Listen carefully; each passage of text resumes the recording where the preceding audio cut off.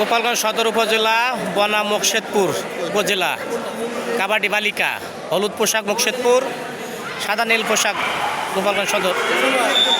বাসছে বাসছে একটু জন্য বাসছে। হ্যাঁ,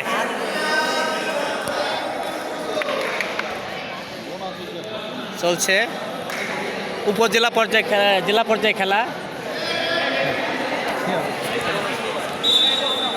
এখন রেটে যাবে গোপালগঞ্জ সদর। আর ব্যাকআপ দেয় না, ধরে হয়েছে আর ধরে হয়েছে।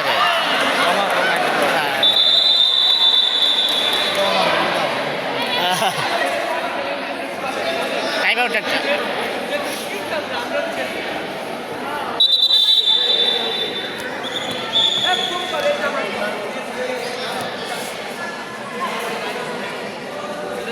টাইম আউট চলতেছে।